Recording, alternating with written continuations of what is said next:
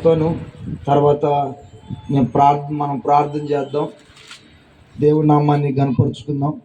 యోబు గ్రంథం 1వ అధ్యాయము 8వ వాక్యాన్ని చూడండి. మంచి మాట ఉంది. అందుకు యెహోవా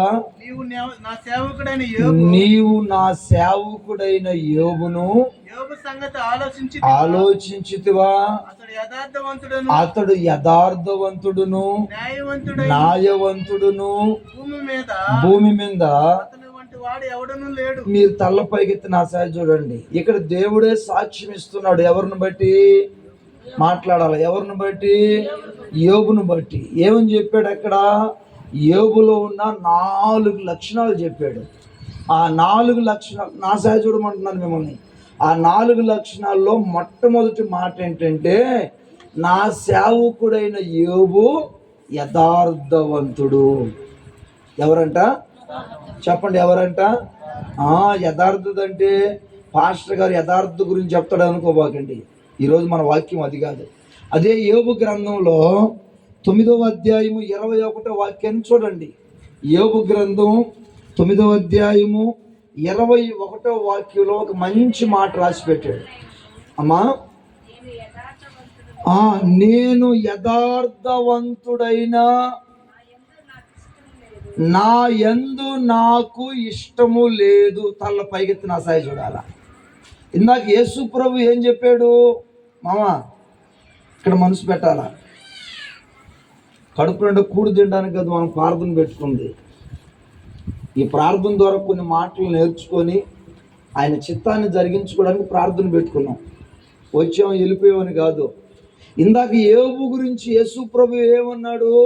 నా సేవకుడైన యోబు యథార్థవంతుడు అని యేసు ప్రభు చెప్పాడు. ఇక్కడ ఎవరు చెప్పారు ఈ మాట? యోబే చెప్తున్నాడు. ఏమని? నేను యథార్థవంతుడు అయిన ఎడల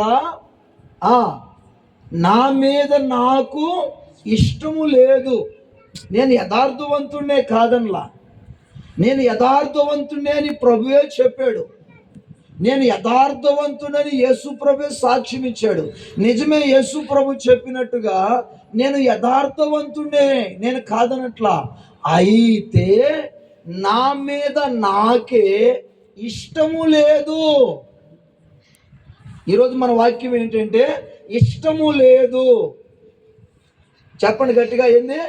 ఇష్టము లేదు. నేను చెప్పవలసిన మాట ఏంటంటే, క్రైస్తవులుగా మార్చబడిన మనము, ఆయన్ని ఆరాధిస్తున్న మనము, మనలో ఉండాల్సిన లక్షణం ఏంటంటే, ఎక్కడ కూడా మన కుటుంబంలో కావచ్చు, మన పిల్లల జీవితంలో కావచ్చు, లేదా వ్యాపారంలో కావచ్చు, కష్టార్థంలో కావచ్చు, పిల్లల చదువులో కావచ్చు, చేసే సేవలో కావచ్చు, ఎక్కడ కూడా మన ఇష్టం జరగకూడదు.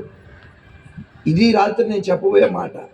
యోబు అంటున్నాడు, నేను యథార్థవంతుడినే, అయినప్పటికీ నా మీద నాకు ఇష్టము లేదు, నా మీద నాకు ఇష్టము లేదు. మీరు గుర్తించాలి పిల్లరా. ఈ రాత్రి మనం నేర్చుకోవాల్సిన పాఠం ఏంటంటే, మన కుటుంబంలో మన ఇష్టం జరిగిస్తున్నావా, దేవుడి ఇష్టం జరిగిస్తున్నావా?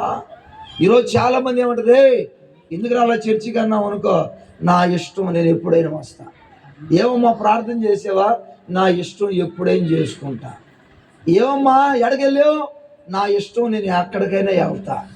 ఏరా అమ్మాయి నుంచి పెళ్లి చేస్తున్నారేంట్రా? నా ఇష్టం, ఎవరినైనా కూర్చున్నా కానీ జరగట్టే మీ పని. పాపం అర్థమైంది చెప్పిన మాట. ఏమంటున్నాడు చూడండి, నేను యథార్థవంతుడే, అయినా నా మీద నాకు ఇష్టము లేదు, నా మీద నాకు ఇష్టము లేదు. ఒక మంచి మాట చూపిస్తాం చూడండి, మనందరికి తెలిసిన మాట. లూకాసు సువార్త 16వ అధ్యాయము 25వ వాక్యాన్ని చూడండి. నేను తొందరగా చెప్పి ముగిస్తాను, మరలా దూరభారం నుంచి వచ్చారు, మనం వెళ్ళాలి కదా.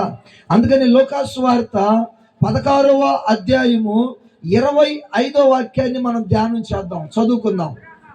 అబ్రాహాము, ఓ నా కుమారుడా, నీవు నీ జీవిత కాలమంతా నీకిష్టమైనట్టు నువ్వు సుఖము అనుభవించుతివి, అలాగునే లాజరు అయితే కష్టమును అనుభవించెను. తల పైకెత్తండి. ఇప్పుడు పరలోకము నుండి ఒక స్వరము మాట్లాడుతుంది. ఎవరితో? ధనవంతుడితో. ఏమని? ఓ ధనవంతుడా, నువ్వైతే భూమి మీద నీకు ఇష్టం వచ్చినట్టు సుఖం అనిపించావు. నేను చెప్పబోయే మాట ఏంటంటే, నీకు ఇష్టం వచ్చినట్టు నువ్వు బతికావు. ఎడా? భూమి మీద. తలపైకి ఎత్తండి. ఎక్కడ? భూమి మీద. ఇప్పుడు మనం ఏడున్నాం? పరలోకంలో ఉన్నావా? భూమి మీద ఉన్నావా? మాట్లాడండి. పరలోకంలో ఉన్నావా? భూమి మీద ఉన్నావా? ఇప్పుడు దేవుడు ఏమన్నాడు? భూమి మీద నీకు ఇష్టం వచ్చినట్టు నువ్వు బ్రతికావు. భూమి మీద నీకు ఇష్టం వచ్చినట్టు నువ్వు మాట్లాడావు. నీకు ఇష్టం వచ్చినట్టు నువ్వు ఆలోచించావు. నీకు ఇష్టం వచ్చినట్టు నువ్వు తిరిగావు. నీకు ఇష్టం వచ్చినట్టు నువ్వు ప్రవర్తించావు. అందుకని నువ్వు చనిపోయిన తర్వాత ఇప్పుడు ఏం చేస్తున్నావు? పాతాళంలో బాధపడుతున్నావు.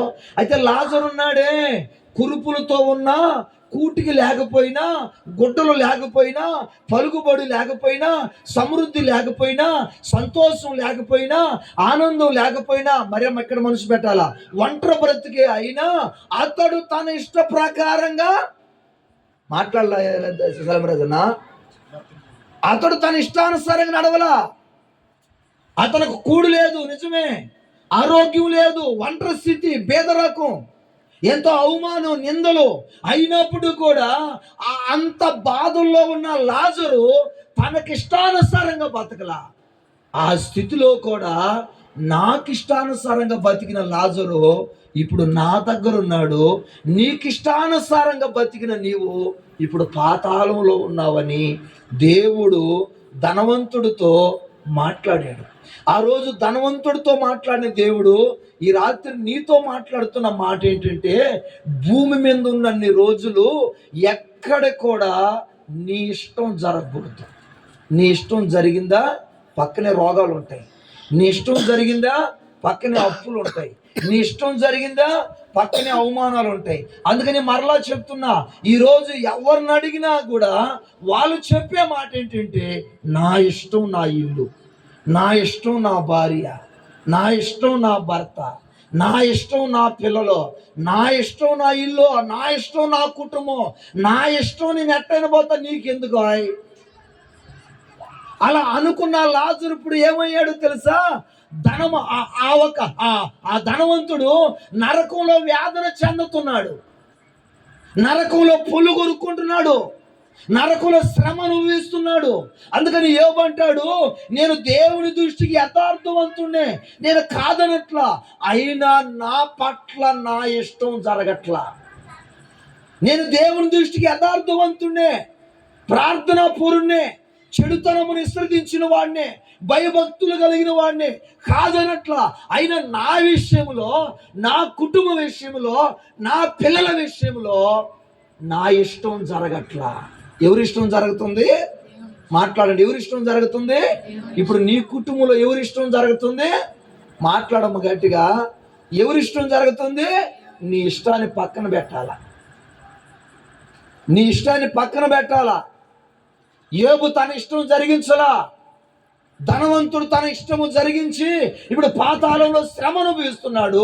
దరిద్రుడుగా ఉన్న లాజరు కూటికి లేకపోయినా, పేదరకమైన ఒంటరి జీవితమైనా కూడా ఎక్కడ కూడా లాజరు తన ఇష్టం జరిగించలా. దేవుడి ఇష్టం జరిగించాడు.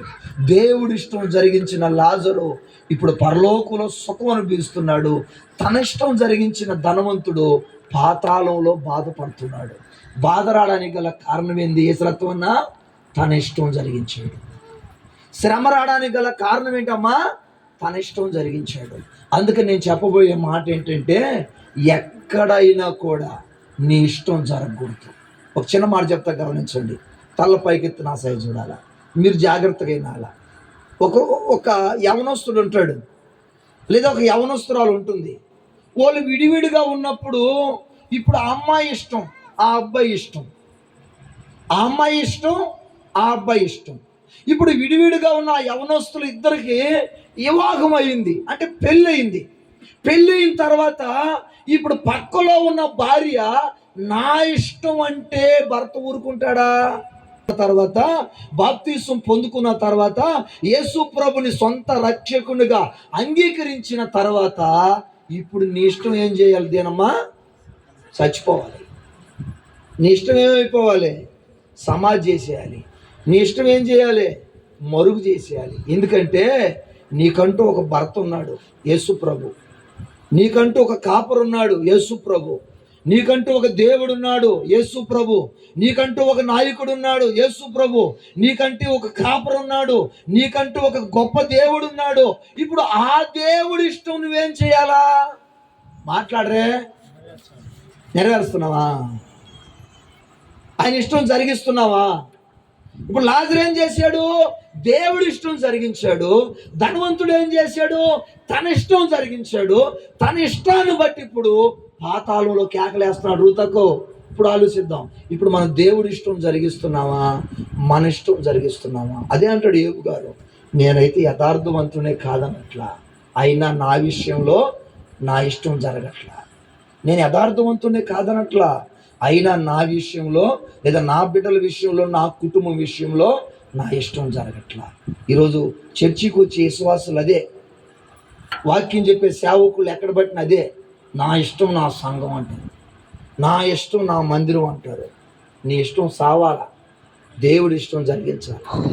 మరలా చెప్తున్నాను, ఒకప్పుడు నీ ఇష్టం, నువ్వు యేసు ప్రభు దగ్గరకు రాకముందు నీ ఇష్టం, యేసు ప్రభుని అంగీకరించక ముందు నీ ఇష్టం, యేసు ప్రభుని నమ్ముకోకముందు నీ ఇష్టం. ఇప్పుడు యేసు ప్రభుని నమ్ముకున్న తర్వాత ఇప్పుడు నువ్వేం చేయాలా? యేసు ప్రభు ఇష్టం జరిగించాలా. ఒక మంచి మాటను చూడండి, మార్కు సువార్తలో.